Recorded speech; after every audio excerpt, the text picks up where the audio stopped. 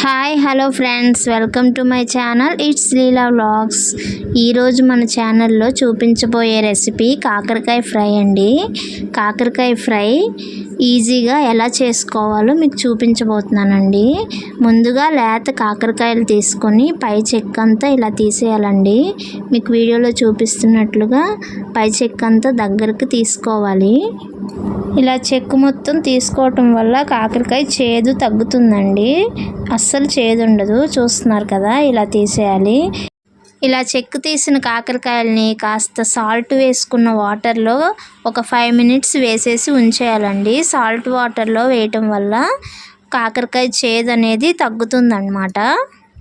ఈ వీడియోలో నేను చెప్పే పద్ధతిలో కాకరకాయ ఫ్రై చేస్తే కనుక అస్సలు చేదు ఉండదండి. పిల్లలు కూడా తినడానికి చాలా చక్కగా ఉంటుంది, చాలా బాగుంటుందండి.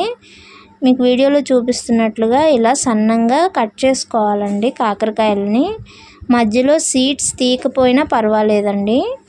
మనం ఈ కాకరకాయని డీప్ ఫ్రై చేసుకుంటాం కనుక సీడ్స్ డీప్ ఫ్రై అయిన తర్వాత చాలా టేస్ట్గా ఉంటాయండి.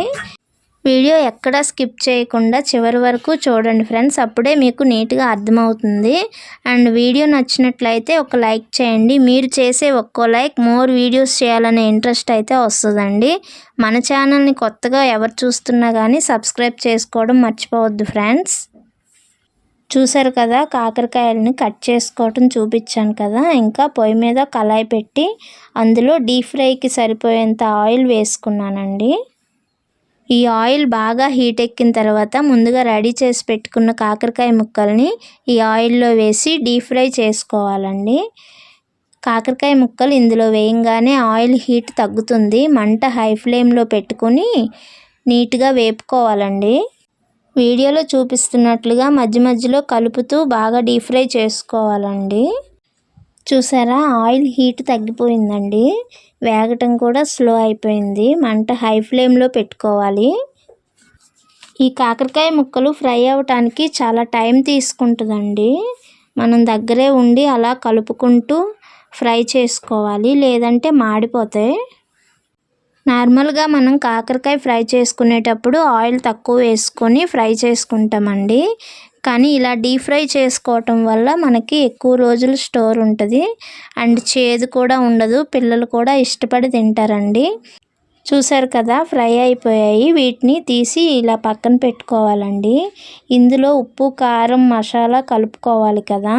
డైరెక్ట్గా వేయకుండా ఒక బౌల్ తీసుకొని తగినంత సాల్ట్, కాస్త కారం, కలర్ కోసం కాస్త పసుపు యాడ్ చేశానండి. నెక్స్ట్ మసాలా కూడా యాడ్ చేశాను. ఈ ఉప్పు, కారం, మసాలా అన్నీ బౌల్లో చక్కగా కలిసేలా కలుపుకోవాలండి. ఇలా కలిపిన వాటిని ముక్కల్లో వేయటం వలన కాకరకాయ ముక్కలన్నింటికి ఈ ఉప్పు, కారం చక్కగా పడుతుందండి. మనం తినేటప్పుడు కూడా క్రిస్పీగా చాలా బాగుంటాయి. మీకు వీడియోలో చూపిస్తున్నట్టుగా ఈ మసాలా ముక్కలకు పట్టేలాగా యాడ్ చేసిన తర్వాత ఒక గిన్నె తీసుకొని ఈ ముక్కలను అందులో వేసుకోవాలండి. మీకు ఎలా చేయాలో చూపిస్తాను చూడండి. మీకు వీడియోలో చూపిస్తున్నట్లుగా మీరు చేస్తే ముక్కలన్నిటికీ చక్కగా పడుతుందన్నమాట. ఇలా తయారు చేసి పెట్టుకున్న కాకరకాయ ఫ్రై 1 week వరకు అయినా స్టోర్ ఉంటుందండి.